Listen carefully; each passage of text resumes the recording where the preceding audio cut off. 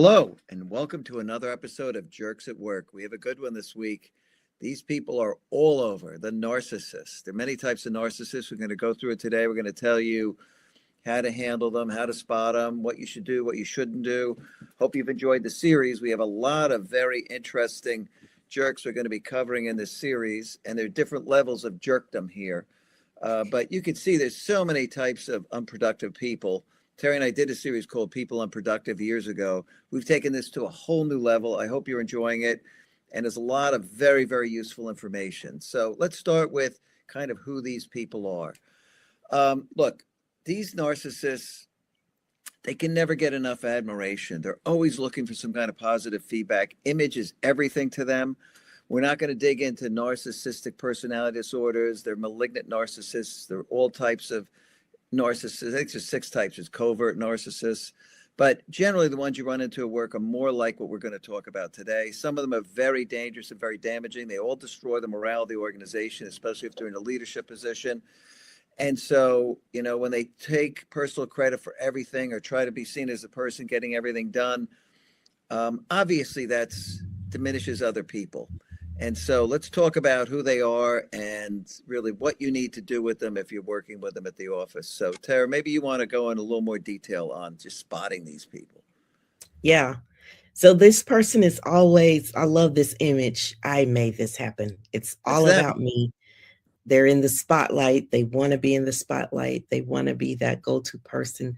They want people to admire them and recognize them and always, oh, they're such the greatest person. But they never want to take any credit. They want to shift the Yeah. blame.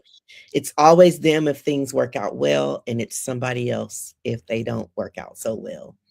They are very defensive when it comes to feedback. They exaggerate their achievements because they want to be important. They want to be that person Hey, that Tara, I'll jump everybody into the thing thinks. here. They're name droppers. All the famous people Yes, they've known, right? Oh, I knew so-and-so, I met such and such a person. They just name drop incredibly. yes. They want to be at the center of attention and they dominate conversations. They dismiss others. They'll just come in and just take over a whole conversation. They really want to be the most knowledgeable person in the room, even if they're not. They just can't help themselves. They just admire themselves so much. They literally should walk around with a mirror just looking at themselves all day because that's Yeah, the only person they're focused on. They really have no interest in anybody else but themselves. And no, everything is about their image, what they want, how they like it, how they just what look. they think. Yeah. How they look, constantly adjusting their tie if in those days when people were wearing ties to work. And shameless self-promotion, shameless. No one else really matters. No one else exists around them. At the end of the day, they're the ones who are making the major contributions, making it happen. If these other people weren't around causing trouble, everything would run perfectly here. That's who we're dealing with. Yeah. And so, how do you handle them really? If you're subordinate, you certainly, want to stick to facts. You don't want to get into emotions. You don't want to try to take them on. Look, give them some credit publicly. It's okay, but you could challenge things privately and try to help set clear boundaries around work and expectations. Don't feed their need for admiration. They're never, ever going to have enough. Just remember that. It's a bottomless pit. Make sure that you're working based on facts with them. Stick to commitments and outcomes. And if you're a leader, you really want to treat behavior as a performance issue, right? And so, Tara, maybe you take the rest of this. Yeah. So you've got to bring these people out of this self-focus back into team focus. So you want to begin to focus more on collaboration, making sure that all of their rewards are tied to team outcomes, not just them. It's not just about them excelling and looking good. The whole team has to excel in order for them to look good. So you've got to make sure that their focus is not on just self-promotion, that they're looking for ways that they can collaborate with others, give somebody else the credit. And then you've got to give some real direct feedback with clear consequences because this person is trying to take the credit for everything. And we know that there is no I in team. You Yeah. really do have to rely on others to get things done. No one person is an island that can just go off and get everything done on their own. And so you have to remind that person of how important it is to focus on people and know that they matter. Their inputs, their insights matter. It's not just you coming up with all of these great things. And then you want to use structure and governance. You don't want to try to get in a personality battle with this person. That's not going to be successful.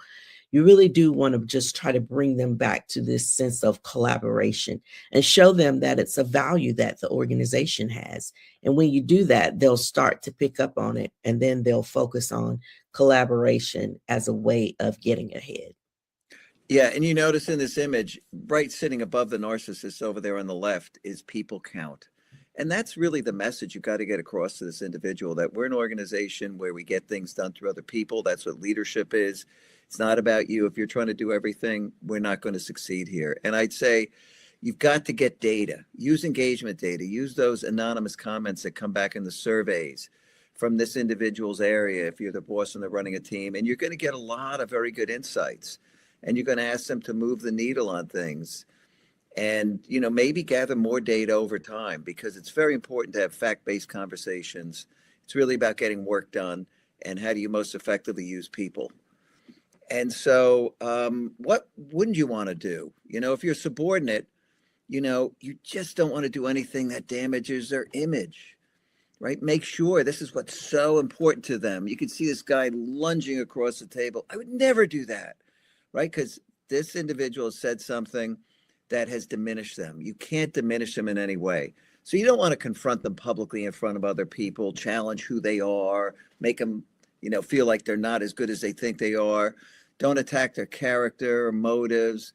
Don't try to get into a battle that you're better than them and my ego is bigger than yours. Don't ever praise them to keep the peace. That's going to be a mistake. And you don't want to ignore patterns of behavior like they don't exist. They do exist, and you may want to reach out for help from other people in the organization.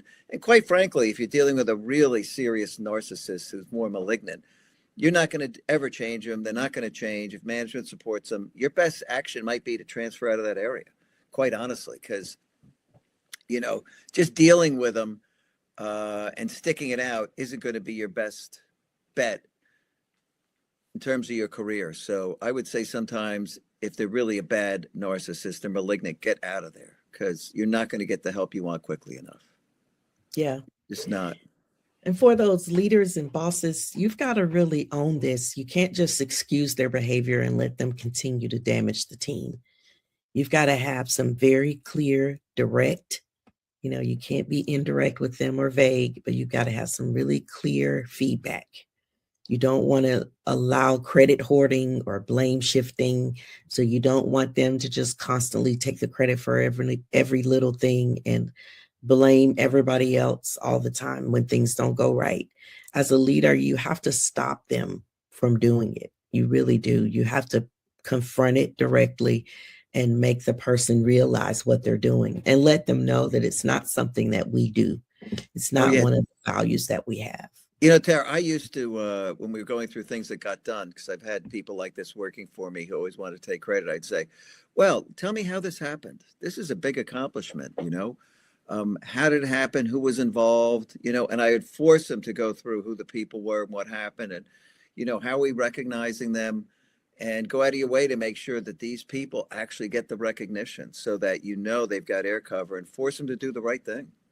Yeah. Got to. Yeah, that's a great way to do it, because now they are called on the carpet and they don't know how it happened, right? Because somebody else did it. So making them own and say, well, this person had to do this and this person had to do that. Right. It really does make them give the credit where it belongs. It's a big deal. Yeah. Yeah, I love that. There need to be consequences as well for what they're doing. And these people create real damage in organizations.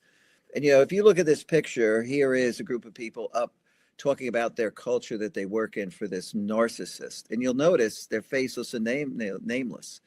And that is because the narcissist is taking all the credit. And this is a type of culture you get when you're letting a narcissist run an organization and be the one who's the center of attention, always in the spotlight. So, low trust, obviously. People are going to be engaged in protective behaviors, no question about it. You can look at all of these, many, many things. Yes. Misery, unhappiness. Yeah. When you start seeing people leaving, that's usually a sign. If you've got people you've got a revolving door of people just leaving, because again, sometimes people just don't want to put up with it. They don't feel safe. They don't feel like they can ever get ahead. There's always going to be low trust. When they feel like that, there's one of two things that's going to happen. Either they're going to completely tap out and just not perform the way that they should, or just do the bare minimums, or they're going to leave. And a lot of times when you see that revolving door with people constantly leaving a team, it's something in the culture that usually means that person does not feel safe. You see all of these characteristics, regardless of what the stressor is in the culture. You see people in this place where they feel miserable, where there's no collaboration. There's a lot of politics and failure. These are all just symptoms of a poor, broken culture. Yeah, this image is from a real experience I had where we were running these really big programs. I was running for one of the divisions, IT, and a counterpart on the business side had an area. And at the end of the day, he'd send out notes, the guy running it, on accomplishments that had been made. But I noticed never mentioned the people involved in them. And I was out one night at the bar at the Hilton, one of his guys, and I said, "Wow, you had a lot to do with it. I didn't see your name."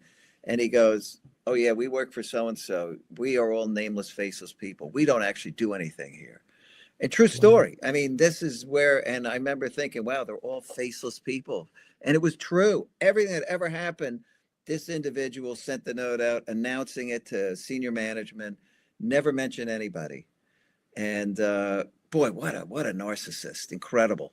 Always stealing credit. But you end up with very bad cultures when these people are running things. No question about it. Yeah. And so we're moving on. I think you saw that list. And we've got a really interesting episode. Every place has these people. The woe is me coworker, the needy person, needy Nancy and needy Neil. They're there. They're running around, and they can always bring rain on a sunny day.